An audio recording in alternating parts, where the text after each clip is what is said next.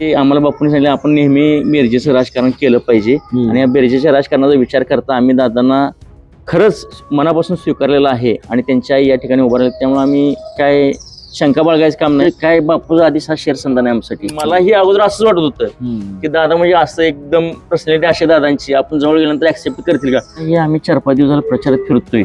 एकदम आमच्यासोबत खाली बसणं आतरायला सुद्धा टाकू नका त्या ह्याचा माणूस आहे तो. आम्ही जो खाईल तेच आमच्यासोबत खात्यात. भाजी भाकरी असू द्या, चटणी भाकरी असू द्या, खाणं करणं, सामान्य माणसासोबत सामान्य राहणं. कसं ह्याने आमचे दोन्ही जे उमेदवार आहेत ना या गणातले आणि गटातले हे स्वतः आर्थिकदृष्ट्या एकदम सुदृढ आहेत. त्यांना राजकारणात यावं, 1-2 रुपये मिळवावं, स्वतः स्वार्थ साधावा, ह्या गोष्टी त्यांच्या डोक्यात नाहीत आणि ते करणारही नाहीत. स्वतः सक्षम असल्यामुळं त्यांच्या डोक्यात एकच आहे, गटाचा विकास, विकास आणि विकास. आणि ह्या मागील 5 वर्षामध्ये बापू आमदार असताना या ठिकाणी जवळजवळ तालुक्यात 5,500 कोटीचा विकास निधी आणलेला आहे आणि ते विकासही लोकांना सवय लागली हो. आणि लोक विकासाच्या बाजूनं आहेत सध्या कौल लोकांचा. आता लोकांना विकासाची सवय लागली आणि तो विकासात दीड वर्ष थांबलेला आहे आणि त्या गोष्टीचा इतका लोकांना प्रचंड सर्वसामान्य लोक इतका त्रास होईल ते असं गालावर मारून गेले का म्हणून आम्ही ही चूक केली. एवढी मोठी चूक आमच्या आयुष्यात पुन्हा घडणे नाही आणि घडणारही नाही अशी लोकांना बोलून दाखवायला लागली. ते संगीता शिंदे असू द्यात किंवा धनाजी पवार असू द्यात हे सत्तेतील उमेदवार नाहीत. त्यामुळे त्यांच्याकडे काय म्हणजे विकासाचा मुद्दा नाहीत आणि काय हा विकास हा त्यांच्याकडे नाही. त्यामुळे ते काय टिकू शकत नाहीत आमच्या उमेदवाराशी. त्यामुळे आमचे उमेदवार हे एकदम सर्व गोष्टींना एकदम सक्षम आहेत, शैक्षणिक दृष्ट्या हुशार आहेत, राजकीय अभ्यास आहे, प्रत्येक क्षेत्रातलं नॉलेज आहे.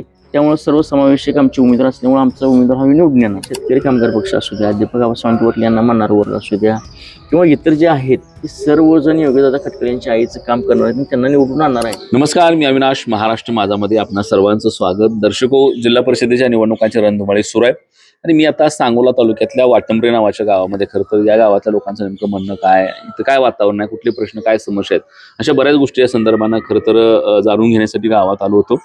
आणि त्यावेळेला मला खरं तर या गावामधले विकास पवार जे कृषी उत्पन्न बाजार समितीचे संचालक आहेत, सोसायटीमध्ये काम करतात, आणि गावामधला शिवसेनेचा एक असा कट्टर निष्ठावंत चेहरा आहे. आणि मग ते ज्यावेळेला इथं मंदिरामध्ये आम्ही जरा थोडासा वेळ बसल्यानंतर भेटले त्यावेळेला इथल्या राजकारणाबद्दल त्यांना काय वाटतंय, काय माहिती आहे, काय म्हणणं आहे त्यांचं. खरं तर हे ह्या बाणाचं चिन्ह बघून मी खरं तुमच्याशी बोलायचा निर्णय घेतला. कारण ह्या गटामधली परिस्थिती अशी आहे सध्या की इथे जे शिवसेनेचे उमेदवार आहेत ते उमेदवार दीपक आबांच्या गटातून या गटामध्ये आल्यामुळं कुठेतरी विरोधक ह्या भागामध्ये असं वातावरण तयार करतायत की बाबा इथले जे निष्ठावंत शिवसैनिक आहेत ते योगेश खटकाळे यांच्या आई आहेत शोभाताई खटकाळे यांना स्वीकारणार नाहीत, किंवा या गावामध्ये एक उमेदवार, मला वाटतं काय नाव त्यांचं, कुठले पवार हो, धनाजी पवार, हे राणेताईंच्या विरोधामध्ये असल्यामुळे इथं क्रॉस वोटिंग होईल, अशा बऱ्याच चर्चा लोक करतायत. पण वाटंबरेची परिस्थिती काय, का शिवसैनिका कोण जाणून घ्यावं म्हणलं. कारण शहाजी बापूंच्या सोबत तुम्ही काम करताय, निष्ठावंत आहात आणि शिवसेने लोकांचे एक वैशिष्ट्य आहे, लय कट्टर असते ती लोक 100%. आणि त्यामुळं मला वाटतं कालच्या सुद्धा निवडणुकीमध्ये बापूला जी मतं पडली त्यातलं ही जिल्हा परिषद गट असा होता की त्यात बापूंना लय लीड दिली. लोक 3,500 आसपास लीड आहे. त्यामुळं तसा बापूंना मानणारा आणि कट्टर शिवसेना असलेला इथं वर्ग आहे. आता हे तुम्ही असे शिवसैनिक लोक आहे आणि ऐन टायमाला पलीकडच्या गटातनं योगेश दादा इकडं त्यांच्या घरचे सगळी इकडं शहाजी बापूंच्या ह्याच्यात आलेत. बरीच गोष्टी ह्याच्यामध्ये घडल्या. ती लोक स्पष्टीकरण देताना आमचं सगळ्यांचंच तिकडे जायचं ठरलं होतं. बऱ्याच गोष्टी पुढे गेल्या.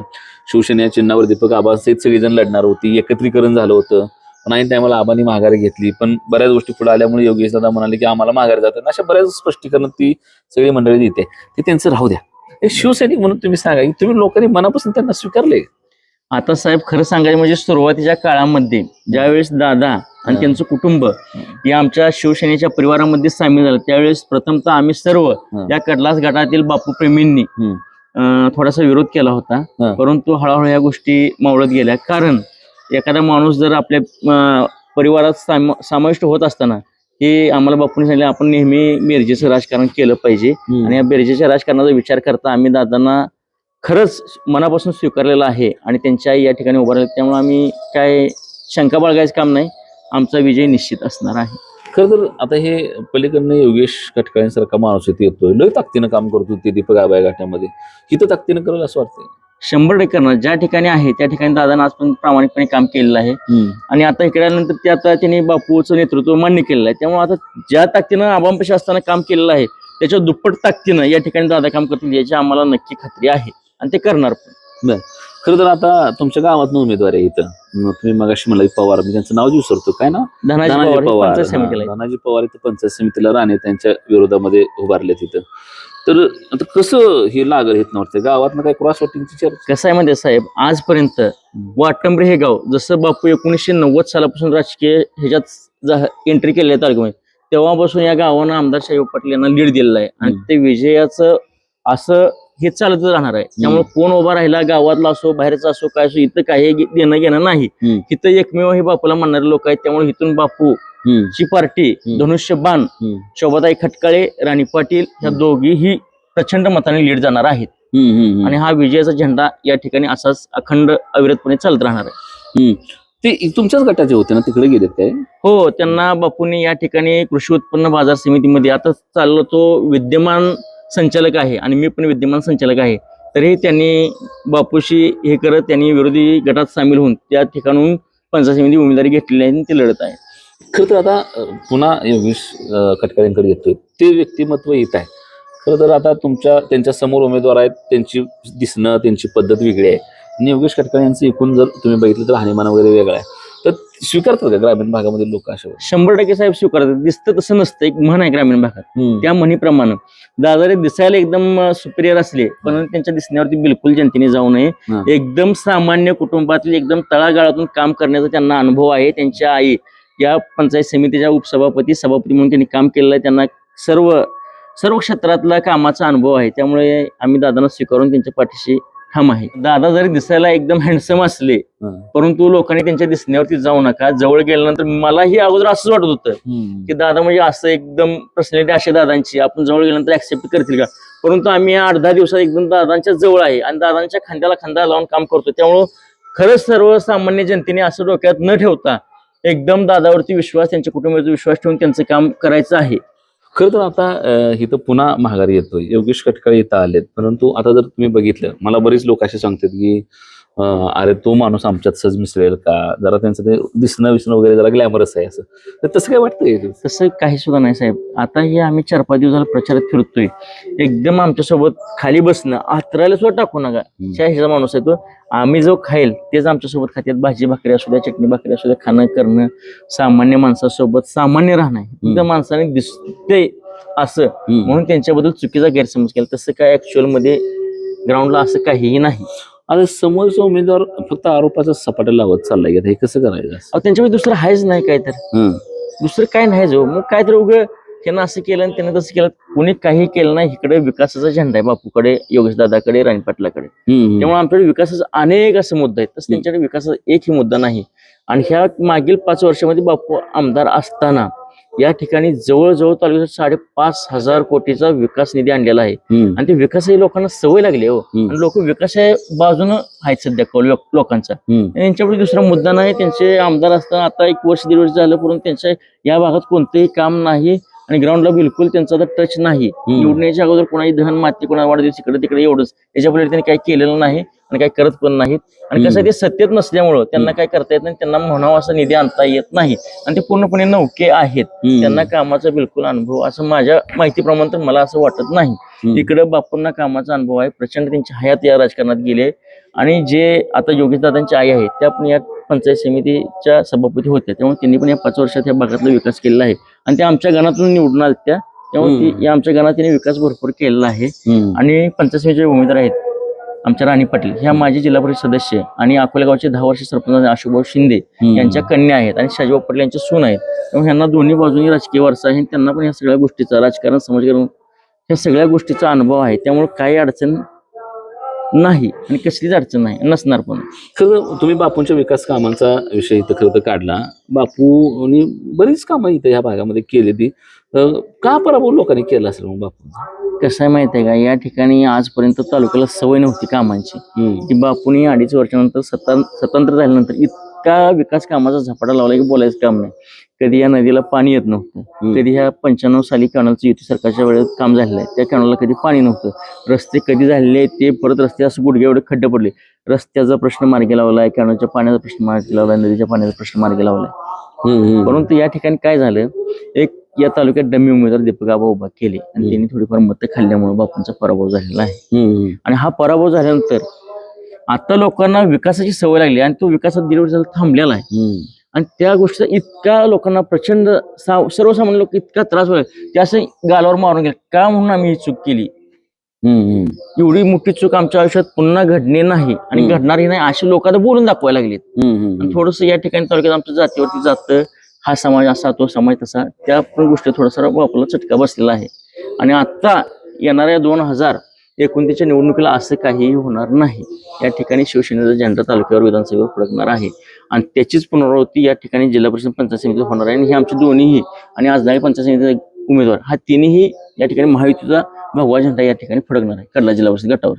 खरं तर आता मला सांगा पुन्हा शेवटचा प्रश्न आहे. तुम्ही निष्ठावंत सैनिक आहे मगाशी म्हणाल तसं आव्हान केलंय बापूने देखील गावोगावी बैठका घेतल्या मिटिंग केल्या त्याचा आता काय परिणाम झाला. आता सगळी झाडून कामाला लागली सगळे हो का बापू छो म्हणला कानावर करणारे कार्यकर्ते त्यामुळे इथं काय बापूचा आधीच हा शेअर संधान आहे आमच्यासाठी.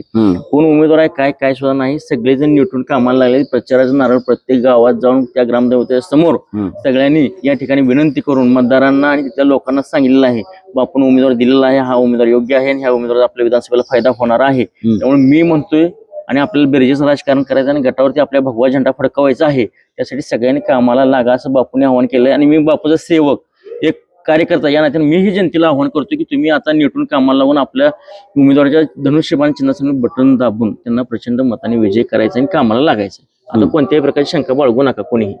आणि या ठिकाणी कसं आहे फक्त शिवसेनेचे आणि बापूचेच कार्यकर्ते योगेश दादांच्या आईचं काम करणार आहेत असा विषय नाही. या ठिकाणी शेतकरी कामगार पक्ष असू द्या दीपक आबा सावंत यांना मानणारा वर्ग असू द्या किंवा इतर जे आहेत ते सर्वजण योगेशदादा खटकर यांच्या आईचं काम करणार आहेत आणि त्यांना निवडून आणणार आहेत. त्यामुळे सर्वांना या ठिकाणी मीही आवाहन करतो की आपण या विकास रथात सामील होऊया आणि या गटावरती आपला एकदम आपण या गटाची हुकमी एक्के आहेत हे परत एकदा सिद्ध करूया.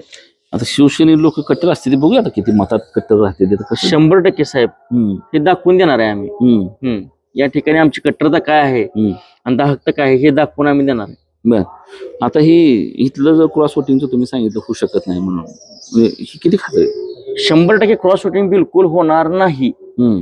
आजपर्यंत जसं या ठिकाणी 90 सालापासून मी तुम्हाला अगोदर सांगितलं तसं बापूंच्या मागे आहेत. तुम्हाला 9 तारखेला निकालाची पेटी फुटल्यानंतर समजेल की वाटंबरे गाव बोललं तसं करणार आहे आणि बापूला मानणार आहे त्यावेळेस तुम्हाला समजेल की बापूच्या पाटला लीड असतेच कायम सर ती लीड आम्ही कायम ठेवणार. त्यामुळे काय अडचण नाही. समोरच्या उमेदवाराच्या कुठल्या बाजू अडचणीच्या वाटतात तुम्हाला म्हणजे काय कमकुवत वाटतो समोरचा माणूस. हे संगीता शिंदे असू द्यात किंवा धनाजी पवार असू द्यात हे सत्तेतील उमेदवार नाहीत त्यामुळे त्यांच्याकडे काय म्हणजे विकासाचा मुद्दा नाहीत आणि काय विकास हा त्यांच्याकडे नाही. त्यामुळे ते काय टिकू शकत नाहीत आमच्या उमेदवाराशी. त्यामुळे आमचा उमेदवार हे एकदम सर्व गोष्टींना एकदम सक्षम आहेत शैक्षणिक दृष्ट्या हुशार आहेत राजकीय अभ्यास आहे प्रत्येक क्षेत्रातलं नॉलेज आहे. त्यामुळे सर्व समावेशक आमचे उमेदवार असल्यामुळे आमचा उमेदवार हा निवडून येणार. कसं आहे आमचे दोन्ही जे उमेदवार आहेत ना या गणातले आणि गटातले हे स्वतः आर्थिकदृष्ट्या एकदम सुदृढ आहेत. त्यांना राजकारणात यावं 1-2 रुपये मिळवावं स्वतः स्वार्थ साधावा ह्या गोष्टी त्यांच्या डोक्यात नाहीत आणि ते करणारही नाहीत. स्वतः सक्षम असल्यामुळं त्यांच्या डोक्यात एकच आहे गटाचा विकास विकास आणि विकास. गट डेव्हलप करणे. सोलापूर जिल्ह्यात विकासाचं मॉडेल कोण असेल तर तो कडलाच गट हा पूर्ण जिल्ह्याला नव्हे तर राज्याला दाखवून देण्याचं काम शोभाताई खटकाळे असतील यांच्या माध्यमातून होणार आहे आणि ह्याची मला पूर्ण 100% खात्री आहे आणि ते होणारच आहे. साधारण अशा पद्धतीच्या प्रतिक्रिया गावाकडच्या ह्या शिवसैनिकांच्या आहे. खरं तर हे आम्ही मगाशी इथं बसलो होतो आणि ह्यांना का तुम्हाला बोललो तर इथे असा गैरसमज निर्माण केला जातो की शिवसेनेचा जो माणूस आहे किंवा जो शिवसैनिक आहे किंवा जो छातीवर बिल्ला घेऊन फिरतो तो यावेळी शाजीबापूंचा ऐकणार नाही तो योगेशदादांच्या विरोधामध्ये मदत करेल अशा अफवा विरोधक उठवतात. ते खरं आहे का चेक करायसाठी खरं तर तुम्ही महत्वाची जबाबदार पदावरची व्यक्ती म्हणून तुम्हाला बोललो. अतिशय साधा माणूस आहे. बराच वेळ तिथे गप्पा मारत बसलो होतो. गप्पा मारल्यानंतरच खरं तर मग पुन्हा आपण मला जरा थोडा ह्याच्यावर गप्पा मारूया चॅनलवर गप्पा मारूया. खरं तर या भागामध्ये योगेश खटकाळे यांच्या आई शोभाताई खटकाळे उमेदवार आहेत. त्या पलीकडच्या गटातून या भागात आले असल्यामुळं थोडंसं सुरुवातीच्या काळामध्ये नाराजी होती हे म्हणाले तसं ग्राउंडवर दिसायची. परंतु आता नंतर शहाजीबापूंनी ज्या पद्धतीनं या संपूर्ण भागामध्ये फिरून ही गोष्ट पटवून दिली आहे की आपल्याला बेरजेचं राजकारण करायचं आहे आणि येणाऱ्या प्रत्येकाचं स्वागत आणि त्याला ताकद दिली पाहिजे. तो ताकदीचा असला तर उद्या आपल्या गटाची सुद्धा ताकद वाढणार आहे. योगेश खटकाळे यांच्या येण्यामुळं शहाजीबापूंना देखील प्रचंड मोठा फायदा आहे. त्यांच्या पाठीमागे एक मोठी यंत्रणा उद्याच्या देखील निवडणुकांमध्ये असणार आहे. आहे आणि शहाजी बापूच्या विकास कामाचा देखील योगेश खडकळेंना फायदा आहे. त्यामुळे हे कॉम्बिनेशन इथल्या लोकांना निश्चितपणे विकासाकडे घेऊन जाईल असं लोक बोलतायत. शहाजी बापूंनी या भागामध्ये कोट्यवधी रुपयांची विकास कामं केली. या भागात जन्मात कधी एवढा मोठा निधी आला नव्हता, एवढा निधी आला, पाणी आलं. खरं तर शहाजी बापूंच्या आधी देखील पाण्याचे प्रश्न झाले का, तर ते निश्चितपणानं भाई गणपतराव देशमुख यांनी केले, परंतु सरकारमध्ये नसल्यामुळे त्यांना तितकं यश मिळालं नाही.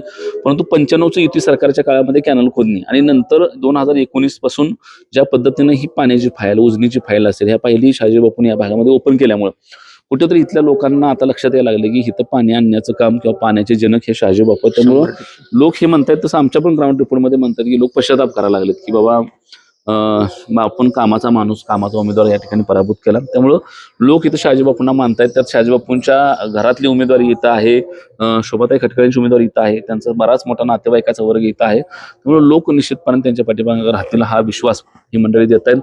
खरं तर या निवडणुकीमध्ये मोठ्या प्रमाणामध्ये आरोप प्रत्यारोप होणार आहेत. पलीकडच्या बाजूला दीपक आबा आणि शेतकरी कामगार पक्ष असला आणि अलीकडच्या बाजूला शहाजी बापू आणि भारतीय जनता पार्टी असली तरी ही निवडणूक वेगळी आहे. यातली अंतर्गत समीकरणे वेगळी आहेत. हे निकाल लागल्यावर निश्चितपणानं मला वाटतं दिसणार आहे 100%. आणि वाटंबरेमधून तर तुम्ही म्हणताय की गावात 2 उमेदवार असून सुद्धा क्रॉस वोटिंग वगैरे असल्या काही गोष्टी होणार नाही. त्या बघू 7 तारखेला जनता कशा पद्धतीनं न्याय देते. तुम्ही आमच्यासोबत गप्पा मारल्या, संवाद साधला, त्यावर थँक्यू. ओके, धन्यवाद.